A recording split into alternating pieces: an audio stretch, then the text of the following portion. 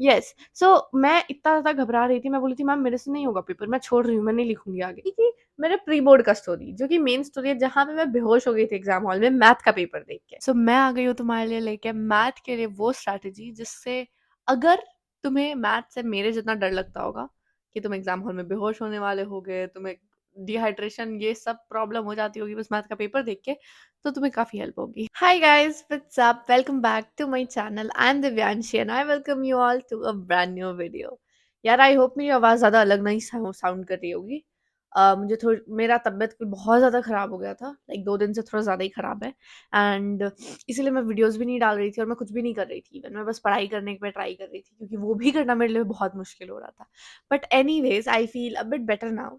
और बेटर क्यों? क्योंकि तुम लोगों की वजह से। तुम लोग ने मेरे से इतना ज़्यादा फिर से बोला कि दिव्यांशी यार मैथ एग्ज़ाम लास्ट बाकी है, प्लीज़ वीडियो बना दो, प्लीज़ वीडियो बना दो। मैंने सोचा यार ठीक है। So first let's talk about the most important tips जो आपको जानने होंगे और फिर मैं तुम्हें बताऊँगी स्टोरी टाइम। मैं पहले भी स्टोरी टाइम बता सकती थी बट मुझे पता है मैं तुम लोग का टाइम ज़्यादा ले नहीं सकती हूँ। जिन्हें स्टोरी सुनना होगा वो लास्ट तक रुक के सुन ले, जिन्हें नहीं सुनना है वो बस टिप्स सुने।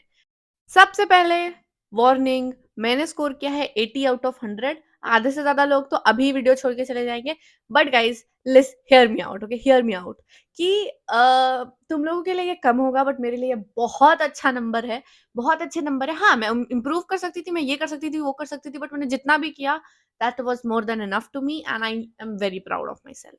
अब तुम लोग बोलोगे क्यों? क्योंकि भाई the person who was barely passing अगर उसे इतने अच्छे नंबर आ रहे हैं so obviously I'll feel good and it's 80 out of 100 which means 100 marks से मुझे 80 आए, टॉप नॉच। प्लस मेरा स्टैंडर्ड मैथ्स था एंड मेरा सेट भी उस टाइम थोड़ा डिफिकल्ट आया था, तो उस अगर वो सब चीज हम देखें तो आई डिड प्रिटी गुड। सो तुम्हें माइंड में कुछ चीजें रखनी है मैथ्स के एग्जाम से पहले। वो है कि प्रॉपर टाइम मैनेजमेंट। मेरा टाइम मैनेजमेंट पूरे साल, पूरे 2-3 साल इतना गंदा रहता था मैथ में कि केस स्टडी तक आते आते तक तो मेरी बैंड बज जाती थी, पेपर छूट जाता था। हमेशा हमेशा का है कि मेरा केस स्टडी कभी आज तक सॉल्व नहीं हुआ था फाइनल एग्जाम्स को छोड़ के। और मेरा कभी भी सेक्शन डी में कॉन्फिडेंस से नहीं सॉल्व कर पाती थी। मैं एमसीक्यूज में अपना इतना ज्यादा एफर्ट्स देने लगती थी और फिर सेक्शन थ्री मार्क वाले में भाई कि मेरा पेपर छूट जाता था। टाइम मैनेजमेंट अब तुम कैसे करोगे अच्छे से? मैं तुम्हें सजेस्ट करूंगी कि अगर तुम्हारा टाइम मैनेजमेंट बहुत पुअर है तो तुम एमसीक्यूज बनाते टाइम अगर तुमसे कुछ नहीं बन रहा तुरंत स्किप करके आगे बढ़ो। अब तुम बोलोगे यार दिव्यांशी वो मन नहीं मानता ना, लगता है अभी बना ले क्योंकि फिर बाद में टाइम ना मिले। But just listen this, 1 number तुम्हारे और 5 नंबर तुम्हारे, बहुत बड़ा डिफरेंस है राइट? और एक और चीज, वो 5 मार्कर में अगर तुम आंसर नहीं भी आया और तुमने प्रोसेस भी लिख दिया तो तुम्हें 3 से 4 नंबर तो मिल ही जाएंगे। आंसर का 1 नंबर होता है, बाकी प्रोसेस का 1.5 2 ऐसे करके नंबर्स होता है। तो ये चीज बहुत इंपॉर्टेंट है कि तुम टाइम मैनेज अपने हिसाब से करो। और अगर तुम्हें लग रहा है कि तुम लास्ट से चालू करो सेक्शन ई से, केस स्टडी से, तो वो भी तुम कर सकते हो, नो इश्यू। कोई टीचर को गुस्सा नहीं आएगा अगर तुम्हारा पेपर सही है, प्रेजेंटेशन अच्छा है, डेकोरेट करके अच्छे से बनाए तो किसी को कोई दिक्कत नहीं हो रही। प्लस अगेन जो रीडिंग टाइम तुम्हें मिलता है उसमें ट्राई करो कि तुम एमसीक्यूज तो एक बार रीड आउट करो ही, लेकिन जो 3 नंबर वाले क्वेश्चन होते हैं उसमें भी तुम थोड़ा-सा सोचो कि तुम कौन-कौन सा अच्छे से कॉन्फिडेंटली सॉल्व कर पा रहे हो, राइट? और वाले में डिफरेंशिएट करो कि अच्छा ये नहीं तो ये नहीं तो ये। और हाँ, एक और चीज़, अगर मान लो तुम और वाला क्वेश्चन में हो और तुम्हें दोनों में थोड़ा-थोड़ा आता है, तो मैं तुम्हें सजेस्ट करूँगी कि दोनों बना दो, दोनों सॉल्व करो। क्योंकि एट द एंड कभी-कभी टीचर ऐसा होता है ना कि उसे पता चल जाता है कि अच्छा बच्चे को कन्फ्यूजन था, तो वो वही वाला चेक करेगा जो तुमने सही बनाया।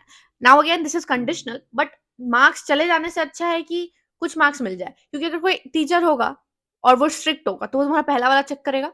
अगर कोई अच्छा टीचर होगा तो अगर तुम पहले वाले में थोड़े से गलती कर दिया, तुमने गलत बना दिया, तो वो दूसरा वाला चेक कर देगा। समझ रहे हो? एंड वन मोर थिंग, कभी कभी ऐसी होती है इजी टू इजी कैलकुलेशन हम नहीं कर पाते हैं, उसके लिए मैं तुम्हें सजेस्ट करूंगी कि जो साइड में रफ करते हैं उधर मत उसे करने का ट्राई करो। एक पीछे पेज पलटाओ और पेंसिल उठाओ और वापस से सॉल्व करो स्टार्टिंग से लेकर एंड तक। स्पेशली 5 मार्क का क्वेश्चन में मेरे साथ तो ऐसा हमेशा होता था कि मुझे ऐसा लगता था ये क्या गलती कर रही हूँ, मैं क्या गलती कर रही हूँ। लास्ट एग्जाम्स में फाइनल्स बोर्ड में भी मेरा एक था 5 मार्क का क्वेश्चन, क्वाड्रेटिक इक्वेशन का क्वेश्चन था, काफी ईजी था बट मेरे से मिडिल टर्म स्प्लिटिंग ही नहीं हो रही थी एंड में। मैं कैलकुलेट गलत कर रही थी। कभी-कभी ऐसा होता है हम लोग 100 को 1000 लिखते रहते हैं और समझ नहीं आता है। इसलिए एकदम रिफ्रेश करके बनाओ। मान लो तुमने कोई क्वेश्चन गलत कर दिया और रीचेकिंग के टाइम तुमको पता चल गया कि तुमने वो गलत किया, उसे एक स्लैंट बना के कट करो और फिर नीचे या कहीं भी नंबरिंग देके तुम लिखो।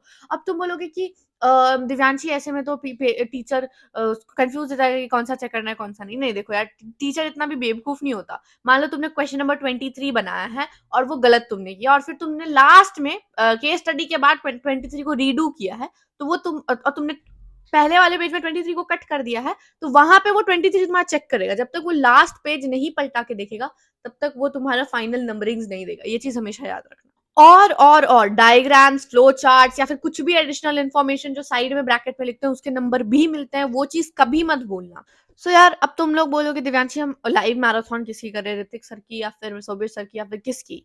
तो फिर मैं तुम्हें बोलूंगी यार कि तुम्हें जिस पे ट्रस्ट है ना, या फिर तुम्हें लग रहा है जिससे तुम कनेक्टिव हो, ज्यादा बेटर है, उसी पे तुम डिपेंडेंट रहो। मेरे फ्रेंड्स कुछ थे जो शोभित सर की क्लास के आज के इन्होंने, और वो भी बोले थे कि भाई अच्छे क्वेश्चंस थे, ऐसा हुआ वो हुआ ये जो भी है। और कुछ मेरे जैसे लोग जो कि ऋतिक सर पे डिपेंडेंट थे, क्योंकि मैंने पूरे साल कहीं ना कहीं उन्हीं से ही पढ़ा है।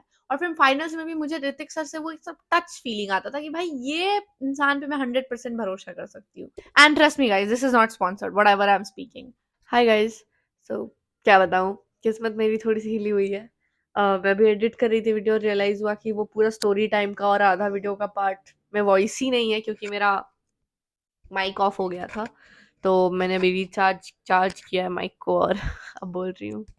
या तो मैं यही तुम्हें कंक्लूड करना चाहती हूँ कि अभी तुम टीचर्स को फॉलो करो एंड उनके क्वेश्चंस को भी अच्छे से प्रैक्टिस करो, लेकिन रेफरेंस बुक और इस सब चीज़ में ज़्यादा भी डिस्ट्रैक्ट मत होना। जो इम्पोर्टेंट है एनसीईआरटी को एकदम A to Z एनसीईआरटी तो होनी ही चाहिए, फिर ही कुछ और होगा।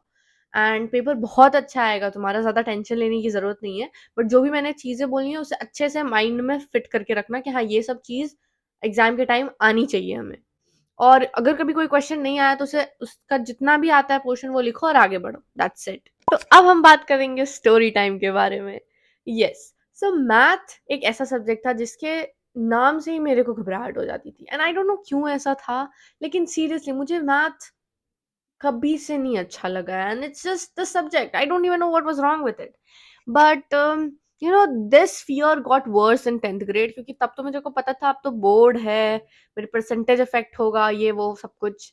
एंड मैं काफी ज्यादा ही परेशान रहती थी जब भी मैथ पढ़ने का बात होता था, मैं रोती थी लिटरली। पेपर्स, मेरा जो ट्रिग्नोमेट्री वाला चैप्टर है उसमें आंसू के बूंद अभी भी दिखते हैं वहां पे। मैंने फाइनली ये फियर को कॉन्कर किया, लेकिन कैसे किया उससे पहले मैं तुम्हें बताऊंगी कि मेरे प्री बोर्ड का स्टोरी, जो कि मेन स्टोरी है, जहां पे मैं बेहोश हो गई थी एग्जाम हॉल में मैथ का पेपर देख के। यस, पेपर का लेवल काफी नॉर्मल ही था यार, लेकिन मेरा प्रॉब्लम क्या था मैं तुम्हें बताती हूँ। पेपर चालू हुआ, मैं लिखना भी चालू की, एकदम सोची कि नहीं अच्छे से देंगे। पेपर खोली, लिखी लिखी एमसीक्यूज बना, चलो ये वो। और मेरे से टाइम मैनेजमेंट कभी नहीं होता था, पेपर हमेशा छूटता था। एंड मुझे पता था इस बार भी छूटेगा, लेकिन मैं ट्राई कर रही थी ना छूटे। मैं ट्राई कर रही थी। लेकिन आज का जो इस मतलब जो मेरा उस टाइम का स्पीड था वो कंपैरेटिवली और स्लो हो गया था, क्योंकि जनरली मेरा सेक्शन ई छूट जाता था। बट इस बार सेक्शन डी पे जब मैं आई, तो लास्ट क्वेश्चन मैंने जब 3 नंबर वाला बनाया, तो फिर जब मैं 5 नंबर वाले सेक्शन डी पे आई, तो मैंने ऊपर देखा और मैंने देखा 20 मिनट बचे हैं। 20 मिनट, और मेरे पास इतने सारे क्वेश्चन हैं, और मुझे हर क्वेश्चन को एकदम ढंग से पढ़ना पड़ता है तभी सॉल्व होता है मेरे से। मैं क्वेश्चंस पढ़ रही हूँ और मेरे आंख से आंसू बह रहा है, और मैं एकदम पागल हो रही हूँ। मतलब मैं तुम्हें एक्सप्लेन नहीं कर सकती उस टाइम मुझे कैसा फील हो रहा था। उस टाइम मेरा पूरा दुनिया गोल गोल घूम रहा था, और मुझे ऐसा लग रहा था भाई अब तो सब कुछ खत्म हो गया, कुछ नहीं बचा मेरे लिए। क्योंकि मुझे उस टाइम रियलाइज होता कि काश मैं स्टार्टिंग से ही बहुत मेहनत कर ली रहती, अगर बहुत करती तो हो ही जाता। मैंने अपने साइड से मैथ में अच्छा नहीं किया, ये वो सब कुछ सारा टाइप की थिंकिंग एक बार में मेरे दिमाग में फ्लड हो गई। एंड जो इन्विजिलेटर मैम थी वहाँ पे, वो मुझे देखती हैं और वो बोलती हैं कि क्या हुआ दिव्यांशी, भी पेपर लिखो, कोई बात नहीं बच्चा, पेपर कंटिन्यू करो। और वो काफी ज्यादा होता है ना, स्ट्रेट फॉरवर्ड मुफत टीचर थी। बट उस दिन she comforted me a bit, and that was like a good thing because I was like not normal. All my friends were staring at me and उन्हें पता चल रहा था कि Divyanshi is cooked for real. Yes, so मैं इतना ज्यादा घबरा रही थी, मैं बोली थी मैम मेरे से नहीं होगा पेपर, मैं छोड़ रही हूँ, मैं नहीं लिखूंगी आगे। फिर मैं एकदम लाई डाउन कर गई टेबल पे, एंड फिर मैं एकदम चक्कर आ रहा था मुझे। फिर मैं उठी, मैं सोची कोई बात नहीं, 10 ही मिनट बचे हैं, मैं अच्छे से लिखूंगी। और फिर मैं लिखी। लेकिन उस दिन मुझे बहुत गिल्ट हुआ कि यार काश मैं थोड़ा पहले ही समझ गई रहती, तो फिर मेरे साथ इतना ज़्यादा इश्यू नहीं होता। एंड फिर मेरे जैसा एग्ज़ाम खत्म हुआ, मेरे फ्रेंड्स मेरे पास आए, एंड देन मतलब मुझे एडवाइस मिला मेरे फ्रेंड से कि यार दिव्यांशी इतना बड़ा भी चीज़ नहीं है जिसके लिए तुम इतना ज़्यादा पैनिक कर रही हो। थोड़ा-सा ढंग से पढ़ोगी, थोड़ा-सा स्पीड बढ़ाओगी, सब सही हो जाएगा। And I was like true. अब मुझे अपनी मैथ की फ़ियर को कैसे भी करके हटाना है, नहीं तो ये लाइफ़ लॉन्ग रह जाएगा। आज मैथ के लिए है, कल नीट के लिए हो जाएगा। नीट के लिए है, किसी दिन कॉलेज के एग्ज़ाम के लिए होगा। तो उस दिन से मैंने ठाना था कि मैं अपने फाइनल बोर्ड एग्ज़ाम्स के टाइम, जो 10th मार्च को जब मेरा मैथ का एग्ज़ाम होगा, उस दिन मैं खुशी-खुशी बाहर निकलूँगी, खुशी-खुशी अंदर जाऊँगी और खुशी-खुशी बाहर आऊँगी। चाहे मेरा पेपर जैसा भी जाए, मैं फेल भी हो जाऊँ लेकिन मैं अच्छे से बाहर निकलूँगी, एकदम कॉन्फिडेंट होके कि जो हुआ सो हुआ, that we need to leave in the exam hall, अब आगे बढ़ना है। सिंपल। जितना मेहनत किया है उतना तो फल मिलेगा ही। वही सिंपल। मैंने 1 महीना फिर जम के मेहनत किया, लास्ट के गैप डेज़ में बहुत अच्छा किया और मेरे नंबर भी मेरे हिसाब से मुझे बहुत अच्छे आए। एंड आई पर्सनली थिंक कि तुम लोग को भी ये चीज़ सोचना चाहिए कि nothing is greater than your life and your happiness, no matter what people say और व्हाट एनीवन सेज। आपको खुद उसे ओवरकम करना आना चाहिए अगर वो इतना ही आपको बॉदर कर रहा है तो। And I learned it. And जब मैं बाहर निकली तो मेरे पापा भी खुश थे कि मैं खुश हूँ। या he was not happy because मेरा पेपर अच्छा गया या कुछ जो भी होता है, वो खुश थे क्योंकि मैं खुश थी। And then I also got a surprise on that day. I got my brand new phone, iPhone, yes, iPhone 15। मेरा आईफोन लेने का बचपन से सपना था फॉर वीडियोस ऑफ ऑब्वियसली, क्योंकि मुझे कैमरा बहुत पसंद है। And I was so happy that day. It was very memorable for me, true, to be honest. Yes, 1 साल होने वाला है मेरे फ़ोन को एंड अब मैं 12th में जाने वाली हूँ। Time flies.